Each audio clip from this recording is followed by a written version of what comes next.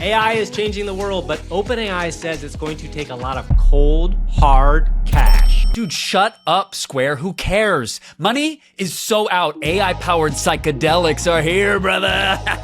I mean, there's a ton of other progress, Kevin, to talk about. There's math, there's other... Oh, God, snooze fest. Mindstate Design Labs is using AI to design drugs, Gavin. Real drugs, not the boring ones either. Oh, you got restless leg? Who cares? Shut it. Moderate to severe psoriasis? Go yourself. We're talking about drugs designed to get you high. Kevin, I hate to tell you this. They specifically said that there are no trips involved here. You don't really get that high. All right, I guess we should talk about funding big data centers then. That's right, Kevin. I'm excited. OpenAI says they got $100 billion from NVIDIA to fund new data centers. Oh, yes. And what's really great about that is that most of that money goes back right to NVIDIA to buy new AI chips. Gavin, it's the circle of AI. Oh, boy. Yeah. On the bright side, we got new AI video models from Kling and Wan. Wan? And Suno dropped V5 with a bunch of new tools for musicians. And coming to a theater near you, it's Carboarding, the movie. I'm done with carboarding. Do a car flip! This, Kevin, is AI for humans. In the future. Worst intros in the game, baby.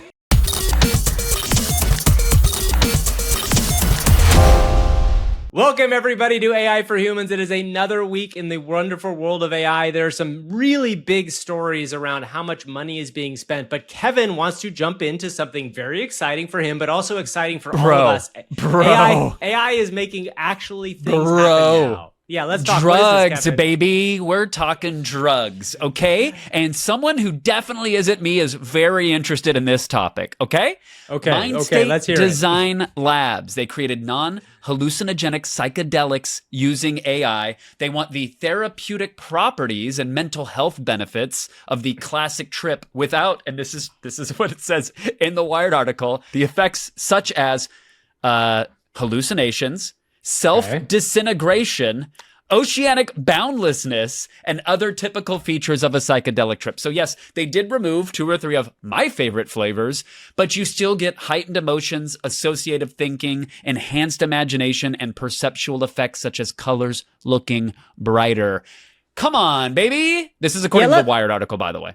Let's talk a little bit about this, because if you haven't been following psychedelic research, there's been some really fascinating studies that have happened in the last, I'd say, 10, 15 years. You know, actually, weirdly, Tim Ferriss, the podcaster, was like one of the first people to put some money behind this. But there's a great book also by Michael Pollan that talks about this. But in general, a lot of people have found that psychedelics can be very useful for people at large, but this is a way that AI is getting into designing these things to kind of lose what some people might see as the negative of it, not Kevin, but some people might see as the negative aspects of this.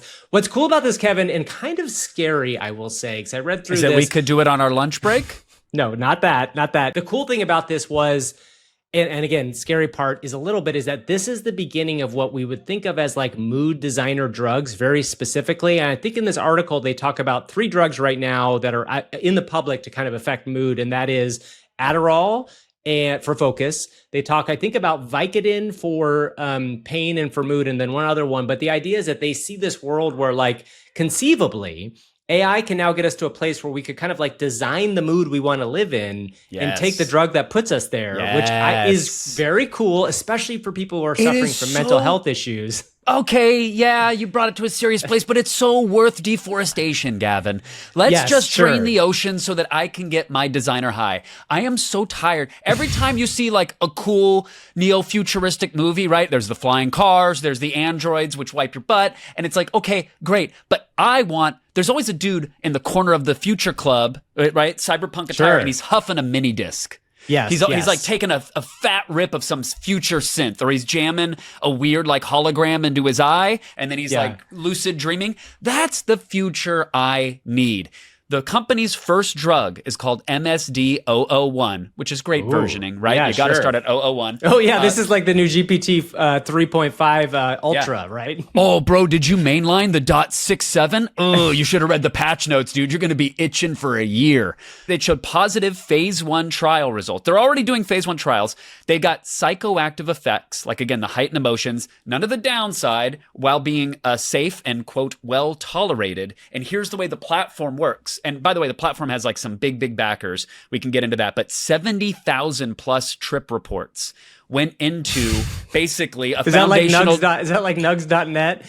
Probably, or Arrowwood experience vaults, you know? Like, but literally, the sources were clinical trials, forums, Reddit, and, quote, even the dark web, to design compounds with targeted psychoactive profiles. And so, like, when we talk about like this, this is actually very serious, right? Because this does have some very therapeutic outcomes. I think it has some amazing recreational outcomes. Don't get me wrong. Like, imagine your favorite DJ comes paired with his designer drug that you can only get at the merch table. This is the future I want. But this is when we talk about like therapeutics, like targeting specific cancer treatments or genetic defects or abnormalities. This is the exact stuff that we're going to see coming out. And so MindState, they want to use this, quote, psychedelic tofu as a base for combining with other compounds to engineer states of consciousness, to go after mood disorders, compulsive Pretty sure disorders, that's a new even Goose phobias. song as well, by the way. I think that Goose just released tofu? Psychedelic Tofu the other day. I don't mean to make light of it, but you're absolutely right, Kevin. I think the cool thing here, too, is this is the beginning stage of personalized medicine. Yes. And the idea that personalized medicine is a very difficult thing to do at scale before AI, because before AI, you have to think about like, how can you get something that's going to be beneficial to the world at large and put it out and be able to manufacture it? We're entering a future where like personalized medicine comes to you. And I have a very different mental makeup than you do, not only from my genetics, but from my emotional and background that I've had throughout my life. Yeah, you might you're need unhinged and broken, but I am like well-adjusted and normal. And so we got to be able to have what works for us. Yes, but you can imagine working with like a human psychiatrist and an AI together to kind of present to a patient the best possible version of the thing they need. Gavin, I could imagine having a chat with a very custom GPT and just whispering with it the exact experience that I want. In fact, if you want to leave a comment below, let us know what your favorite mocktail would be. What would it be for you, Gavin, if you could just have your perfect businessman's lunch, a 15, 20-minute shot, or maybe you want an 8-hour experience? I don't know, but what would you combine? I'm going to be contrarian here, and I'm not going to indulge you on this, only because here's the thing that I worry about is that I want a human experience. I'll give a cool answer. Keyboard duster mixed with Vicks Vapor Rub, a little bit of the tussin on the tail end, and I want to be able to beam sex holograms to Sandra Bullock or Sylvester Stallone. I want the Demolition Man thing without the helmet. That's all. Okay, let's talk about data centers, Gavin. How are we going to power all of these drugs? We're going to power them with lots and lots of dollar bills and hardcore cash because, Kevin, none of this comes cheap. There's a lot of big stories this week. Sam Altman is coming out and doing the song and dance around funding, but specifically, Greg Brockman, and Jensen Huang from NVIDIA got up on an interview and started talking about NVIDIA's $100 billion investment in cash in OpenAI. You want to play this clip real fast? The scale of this project, 100 billion is a small dent in it. And the numbers are also like, they're missing the story of what this amount of infrastructure is capable of doing. Like, 10 gigawatts of compute, again, easy to throw around numbers like that. Okay, so Gavin, help me in my little hamster brain that's on its own designer drug trip right now. Help me understand how this works. Jensen writes a check, puts someone else's name on it, hands them the check. That person goes, sounds good, and then hands them it back with their name scribbled out and Jensen's name on it? Well, okay, so I will say NVIDIA is worth a lot of money right now. They are actually one of the best businesses in the history of the world. They are selling insane amounts of AI chips. It is not just that their stock is going crazy. They have more customers than they could possibly hope for. OpenAI needs those chips, so they are going to buy them. The funny thing here is that NVIDIA is giving OpenAI money that they expect OpenAI to then spend on NVIDIA chips to build these data centers. Now, you might ask yourself, why are they doing this? Why are they looking to get more money? Well, Sam has come out with another blog post called Abundant Intelligence. And one of the things that's happening right now is it does feel like, Kevin, I don't know how to explain this as somebody who's on the outside rather than the inside, but it does seem like internally at these AI companies, there is some real shuffling that's happening around, that there's been breakthroughs that we don't know about, but there's enough money now being really thrown at this stuff that people think they're going to get to something pretty exciting. So here, Sam in this blog post is talking about the idea that abundant intelligence is on the way, but we will need, he said in a leak that we may need up to 250 gigawatts of power to power this AI inference. And just to be clear, what the OpenAI NVIDIA deal is for $100 billion to create 10 gigawatts of power of AI over the course of years. So this in Sam Altman's idea is a very, very large build out for a lot of money. And I think it's something that we just have to kind of keep our heads around about how much money is being spent right now. So along those lines, Gavin, the blog post says with 10 gigawatts of compute, maybe AI can figure out how to cure cancer or provide tutoring to every student on Earth or this, that, the other. But like, you have to understand 10 gigawatts is 10 billion toasters running at once. Is that your number or is that a real thing? Well, that's a ChatGPT number. Have I corrected it? Like, no, but I'm just telling you, that's it. Or an endless row of hair dryers was an interesting one. 10 gigawatts is about 6.7 million hair dryers all blasting at once. Or a stadium of Pikachus that are sneezing lightning. This is another one. This is true because if one Pikachu outputs 1,000 volts at a few amps, which is roughly a kilowatt, you would need billions of them that are doing the Pika all at the same time, all in sync. That's a lot of juice, and that's only the next step. Yeah, so it is a real big question right now when we get to that stage, right? And I think the stuff we talked about at the top of the show may start pointing to the world where, like, hey, things are going to happen. I saw a couple people tweeting out this week, if we're going to spend this much money, there better be some actual, real, useful things for humanity. Kevin, one thing I do want to point out, Derek Thompson, who we've shouted on before, has a great podcast called Plain English.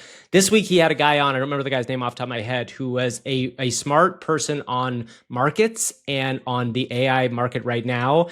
And just talking about the idea of a bubble, right? The idea that like all this money is being spent right now. And there's a lot of people out there that are starting to get concerned that all of this money is going into one aspect of the economy. Again, we are not a specific business podcast, but if you want to know more about that and hear the side that comes from that side, it's a very coherent and interesting argument to listen to. But for right now, Kevin, the important thing is, how do you think OpenAI is going to pay for all this? Because OpenAI still hasn't made any money.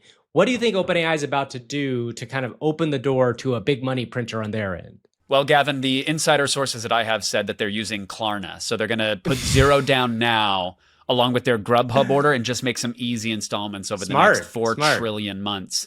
No, the leaks all say that they're planning to bring ads to ChatGPT, which is stuff that people have. And they were supposed to be hallucinations in the audio model like eons ago, but there were full-blown ad reads that were interrupting things. So I wouldn't be surprised, because there's an argument to be made that if you look at how much people spend on Claude Code or ChatGPT Pro or enterprises using lots of credits for, again, mostly coding and design and things like that, like there's a world where we might be spending a few $1,000s a month on these tools if they really give us massive productivity unlocks and make our personal and professional lives easier. But that might tap out at some point, right? Yeah. Maybe they charge $50,000 a month for some clients, but there's a handful that are going to be able to spend enough money to subsidize, 250 gigawatts of compute by 2033. So the ad-supported model sounds like a pretty believable thing. Yeah, and we have to talk about the fact that like Meta, Amazon, Apple, and Google are their competition here, right? All of which you have really good money models of them coming in. Like Google has this incredible ads business which makes a lot of money, so they can throw money at this.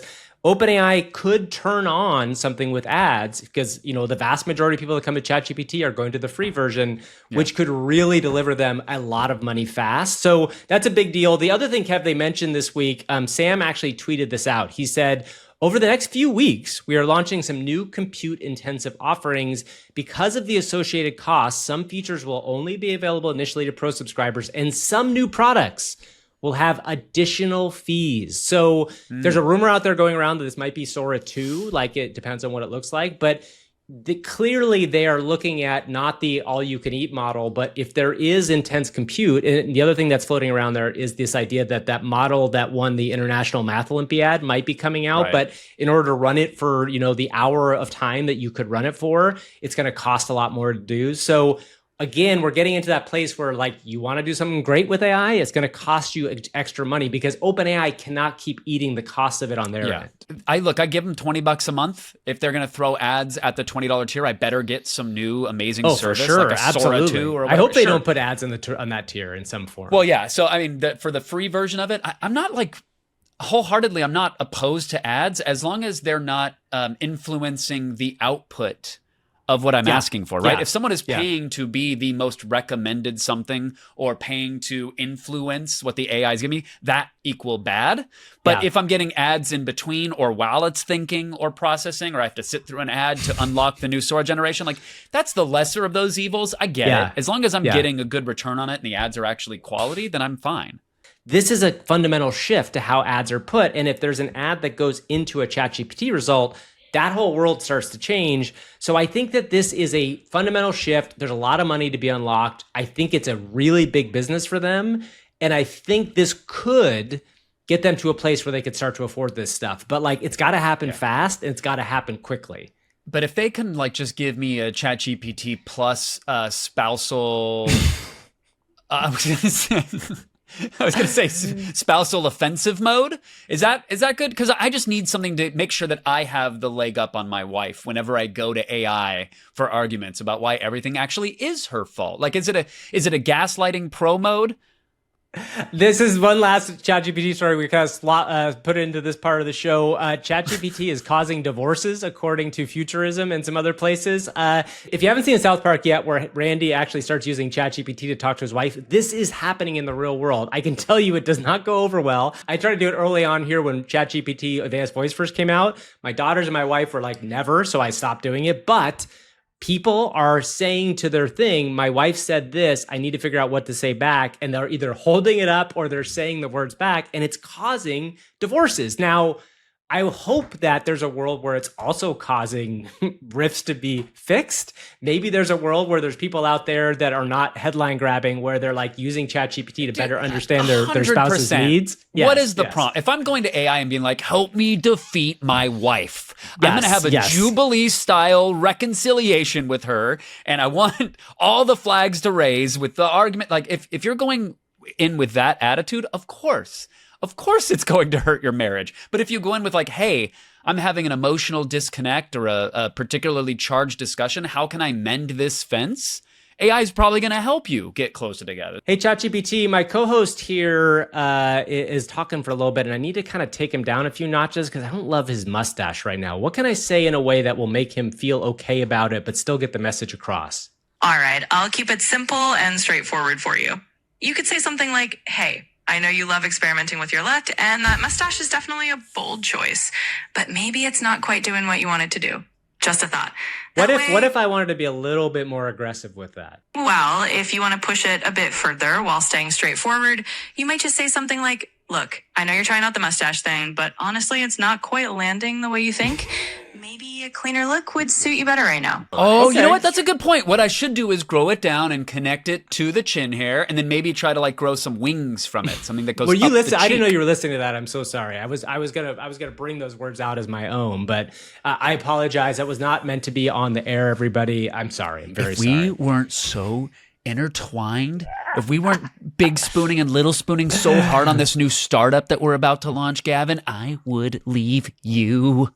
Oh, geez. Well, I'm going to have to talk to ChatGPT again. But Kevin is right. Everybody, this is a fun time. Next week, this time, if you're listening to our show, next week at this time, our new thing, And Then, will be out in the world in beta. It is in beta. It will be kind of early stages, but we will have it out in the world. You can try it. If you're not signed up on the website yet, go to andthen.chat. We will email you when it becomes available. Next Wednesday is most likely the launch day, October 1st. We are very excited about this. If you're in our Discord, we have dropped another little test one to try to get some feedback on a new idea that we have. But yeah, we're excited about this. It's going to go into the world, and we're in the middle of the process of like figuring out what we do next with it. We're raising a seed round, Kevin, which is a big deal. If you're out there and you're listening and you are in the VC space or you're in the investment space, if feel you're one free of those to email $1 us. million YouTube tip whales that we talk about every week, and thank you again for throwing several commas at us. We do appreciate it. You can. We've gotten so much. Feel free to also throw some at the business, and maybe there'll be a better return on your investment. But if you have $0, you can also just click like, click subscribe, leave a comment below, help juice the algo. If you're listening to this on a podcasting app, leave us a favorable review. That's the only way this thing grows, so we appreciate it. But it also costs you $0 to sign up for andben.chat. Hop into the newsletter. We'll let you know when this thing launches, and we hope you like it. We're excited to get more people playing with it. And it's going to be free to start. So we'll see. Like, it's definitely like something we're in the process of wanting a lot of people to try it. So, get into it. Again, once it launches, if you're listening to this either Monday or Tuesday, know that it's coming very soon. It is coming next Wednesday. And again, it's in beta, but we're very excited about it. Go to andben.chat to learn more. All right, Kevin, some other big updates this week. Suno V5 launched, and Suno was so interesting to me because like clearly it has taken the lead in this space, right? Like you don't hear very much about Udio anymore, which we've talked about before. I know they're probably still out there, sorry Udio, but like Suno is moving forward quickly in this world. Ironically, it's Suno and 11 Labs. 11 Labs has like gotten really good at cinematic music creation and good tools, but they're now neck and neck. I want to shout out somebody in our Discord who actually went and used this. And so LK Campbell, if you're there, he's a longtime fan of ours, which I really appreciate. Our Discord, we do like talk about these things. He is a chiptune musician. He makes 8-bit music, and he's kind of like I think a hobbyist, but sorry, LK Campbell, if you've done it professionally. What he did is he took his chiptune 8-bit song and he actually created a symphony version of it. And Kevin, let's just play some here. Sure. Maybe let's play some of the a few 8-bit seconds one of the first. original. Yeah.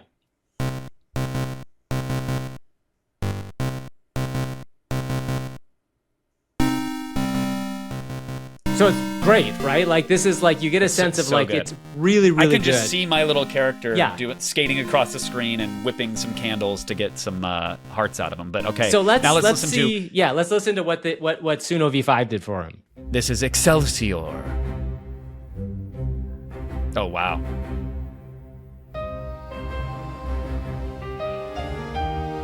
Pretty crazy, I think. That's really that's so nice. Okay, before we go on to our next thing, Kevin, I did make one song with Suno. I'd like you to play this song. I made it specifically for you and for something that you know very well. Oh, wow! What a callback. You could maybe skip right to the chorus here. So, but feel free to play it, and we'll see. I can maybe skip the whole song, Gavin. Just try it. I mean, you titled it "Kevin's Terrible Must." Okay, here it is. Here it is. Let's listen. Kevin, what have you done? That patchy lip ferret ain't fooling no one. You're trying for rugged, but it's more like a rash. I have to say, no, the line, just so we're clear, it does say like it's like a rash. A possum in the trash is one good line. Yeah. The other thing it was. Yeah, cool. Hey, congrats to our friends at Suno for releasing V5. Hope you all go play with it and have a good time and make songs that really uplift your friends and your coworkers. Kevin, I have a good idea. I have a good idea. Let's move on and talk about Kling 2.5. Yeah, moving on is a pretty great idea. I like that idea. It's probably the best idea you've ever had. Maybe the first good one you've ever had, Gavin. Oh, man, come on.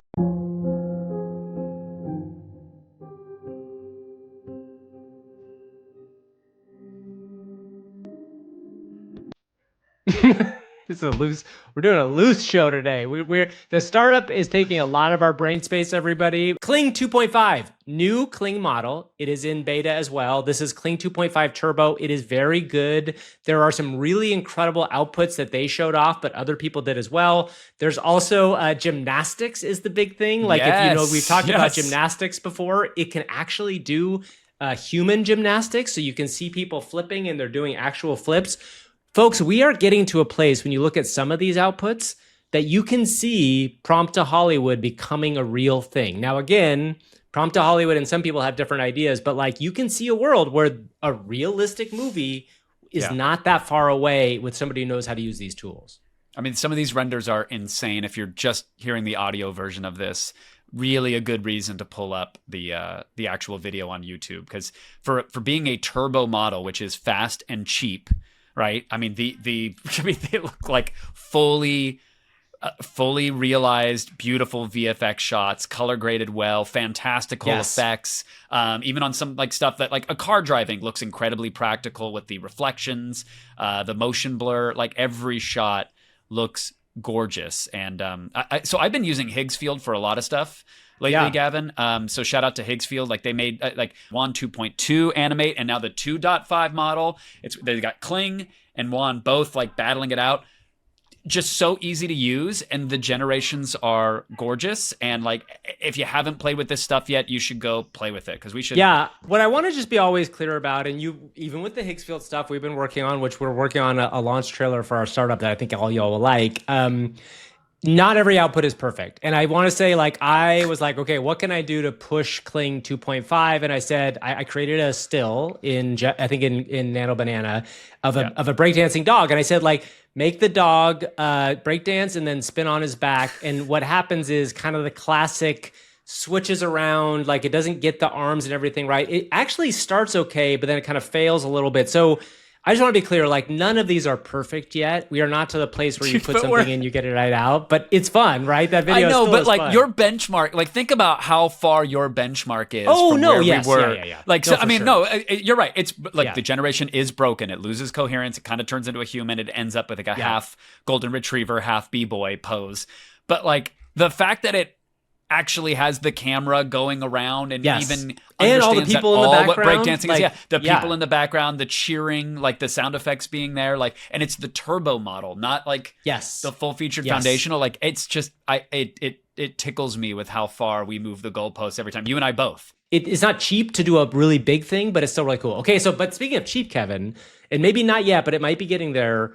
Wan 2.5 with audio. So this is an open source model. Now, right now, this particular version of the model is not open source, but this is the first ever open source video model that has audio generation as part of it. People out there are calling it the VO3 killer. I think that's a little early to think about, but this is a big deal because this essentially will allow you to run it on your own servers or on your own space in the cloud ultimately. It's really decent. I don't think it stands up as in quality video wise to Kling or some of the larger video models or VO3 yet, but it is there. The audio is a little bit funny to me. I don't know if have you heard some of these clips at all? Yeah, I have. It's lagging a little bit behind some of the other models, but play the FOFR AI clip. This is a Darth Vader clip, so the Darth Vader actually looks pretty solid, but then listen to the voice when you hear it. Hello. Play it again real quick so people can get a sense of what it sounds like. Hello. Hello. So, of course, what like, is up, my dudes? Yeah, so you have Darth Vader. It's like if Darth Vader were greeting people on a Zoom call. That's what that is. Like, hey, team. So you're not going to be able to get like Darth Vader's voice probably from these models, but it did understand like how to move Darth Vader a little bit. Although if you also look, there's like a big puff of smoke that comes out of his mask. So maybe he's also indulging while he's on the Zoom call. Either way, what's cool about this is open source is going to allow people to do all sorts of things with this eventually. And this also follows up, Kevin, on WAN 2.2 Animate, which also came out this last week, which we are actually using some of to make our launch trailer. Dude, this is very, very good. Yeah, talk a little bit about your experience using this thank you, people who actually, for some reason, still back us on Patreon, and for people who watch us on YouTube because we get a little AdSense money. I am burning up our little piggy bank coins with Higgsfield for WAN 2.2 Animate. It allows you to do things like easy character swap. So you can give it a driving video, like a clip from a movie. And then you could give it a photo like of, say, a rubber duck or one of us and say, swap the character. And it basically just works. Yeah. And for things like, like advanced lip flap and stuff like that. Like we were using Runway Act 2, which we love Runway, appreciate what they do. Act 2 was sort of best in class for using video for driving a still for motion. 2.2 Animate allows you to, like, again, give it a still and then give it a driving video. So you could be doing animated movements, you could be dancing, you could, shift where the character is in the scene. And it does a pretty darn good job of applying that driving motion to a still. And that's a pipeline that you and I are using right now for a video that we'll be releasing next week-ish. Yeah, next to Wednesday. Promote the startup. And it looks like, I thought I was a previous pipeline, not to get too in the weeds, but like we were creating driving stills with one program, with like Seed Dreamer or Nano Banana or Gemini Flash. So we're using one AI to make a driving image, then taking that driving image, putting it into Act 2, getting a video out, up-resing that video, taking the up-res video, putting it into Face Fusion to swap our face back onto it because the coherence wasn't that good. That has all been now compressed into one little program, one little app. Yes. We're using the WAN 2.2 Animate. Here's the driving video. Here's the still. The results look great. The big companies progress, the little companies progress, right? Like the big audio and video models are getting better every day in different ways. And, Sora 2, if that is a thing that's going to come, I'm really interested to see how they're going to try to one up Veo 3, and maybe that'll be the next big thing. But right now, WAN 2.5 and WAN 2.2 is really good open source stuff that's coming. I don't mean to be Debbie Downer, Gavin, but software is kind of lame. It's actually it's actually really dumb and stupid because here's software can get very, very cool and very, very capable, but you can't break its knees. No, you can't saw its legs off, can you? You can't cut its arm off. Yeah, you can't blind the software in a way that you can with hardware that is so satisfying. This was one of the craziest videos I've ever seen. And again, I would suggest that not only do you come to our YouTube, but you go watch this. If you're just listening, put it in the show notes. This is a video from Skilled AI. And what it is a video of them sawing the legs off of a robot dog, like a Unitree robot dog. By the way, hashtag trigger warning, it's really upsetting to me for some reason. Well, I was going to say, don't make sure that you all know the robots of the future. This is not us doing it. Skilled AI. We're just talking about it. But what's fascinating about this, Kevin, is they show the fact that once they cut the legs off this robot dog, it learns to walk again. And this is the huge deal here. Essentially, this is emergent learning based on its new physiology. So, if you going back to sci-fi, if you ever saw like the Terminator fall over and then it kind of gets up again and figures out how to move around without a leg, like that's this. And they're showing it to us in real time. They have a little part of this video where like they show like a robot in the field that might like have lost a knee that works, and it kind of hops around and it learns it on its own. And that's the part that is like both incredibly frightening from a Terminator standpoint, but also super interesting because this is the future, right? Reinforcement learning and like real world training and figuring out how to do something in space. Well, one of the things they do one where they zip tie the sort of robot dog's legs together, and it learns, okay, I can no longer extend my legs, but if I wobble my body a bit, I can achieve the goal of moving from A to B. Like, that's incredible. The other thing that's wild is that this same kind of zero shot, as in like no real prior knowledge of anything model, it works for anything that rolls or walks. So you can use it in a four-legged dog. You could use it in a two-legged something. Yes. If your four-legged thing loses two legs, it'll still work. It'll still figure it out. And when we think about like these demos are in some ways horrific, but in other ways, kind of inspiring, because again, imagine a world where we all have a robot or two in our households taking care of us, right? Attending to our needs. If you're reliant on a robot and something happens where an actuator dies and one of its arms or legs, but you still need it to get access to maybe the healthcare that you need, right? Forget just folding your laundry, but like you rely on it to navigate stairs, bring you medicine, open a pill bottle, and jam your custom drugs down your AI throat. Well, you're going to want it to be adaptive to whatever happens to itself or in the environment around it. So this is like, again, slightly horrific, but incredibly important. Absolutely. And, there's another video out from Unitree this week, which also just shows like how fast these robots are getting better. Like this is another drop kick the robot, but it like gets itself up very quickly. It flips around. Like all of this stuff is just showing you in real time how the AI stuff that we're seeing in this world is also being projected into the physical world.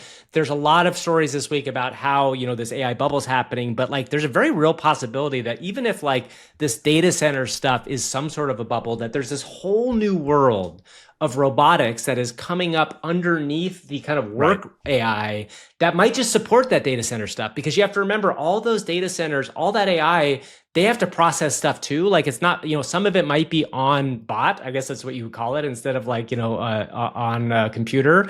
But like a lot of it's going to go to the cloud and back. So there's a whole nother industry that's like coming on the tails of this like kind of chatbot intelligence industry that's right there as well. Is there an AI bubble? Yes. Is the AI bubble going to burst? Yeah, probably. And what's going to be left on the other side, just like the dot-com bubble of the late 90s, is a handful of companies that are going to define the next few decades, probably. You know what one of them will be, Kevin? What's one of them going to be?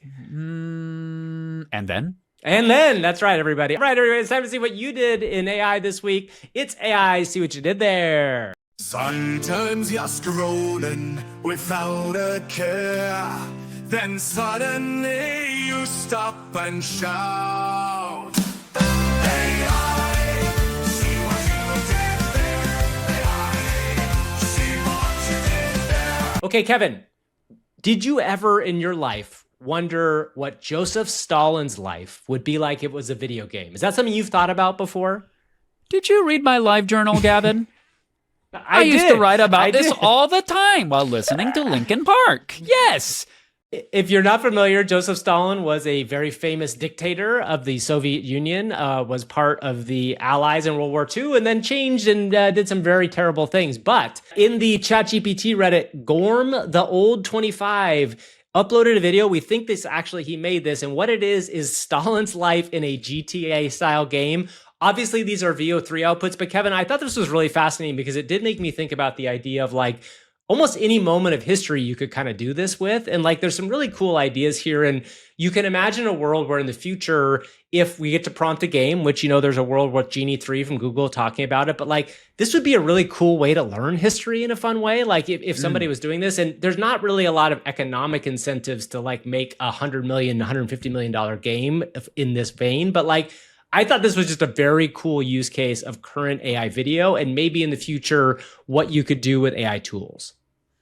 Would you want to play the Exiled to Siberia chapter, Gavin? Or would you be more an October Revolution kind of guy? I think the October Revolution, where you're planning the strategy around it, is interesting, but I'm not that moral person. I have different choices I would make. In fact, the problem is whenever I play video games, I'm always I always like choose the nicest path. I cannot be the bad guy. So I go into everything being like, I'm going to go full a-hole mode. I'm going to just steal everything in the town. Then I'm like, yes, I will help you find your kitten for 4 hours in the forest. Kevin, the other thing we want to shout out this week is a follow-up to a video that we shouted out before. If you remember, there was a carboarding video. Well, now, Carboarding the movie is here, Kevin. There is a feature film, quote-unquote feature film, that has been created, and it is one of my favorite new AI videos. This is a story of how carboarding was outlawed, and then suddenly there is a whole action movie designed around carboarding. So shout out to Dari 3D, who took the carboarding idea and went further with it this week. It's just a fun thing to see. It's so well done. It's so good. I think you like it just because one of the main characters shaves in it, Gavin, and I get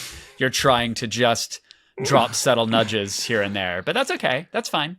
That's right. I really am hoping that next week, which by the way may happen, right? Is that what I heard? Is there a shave happening?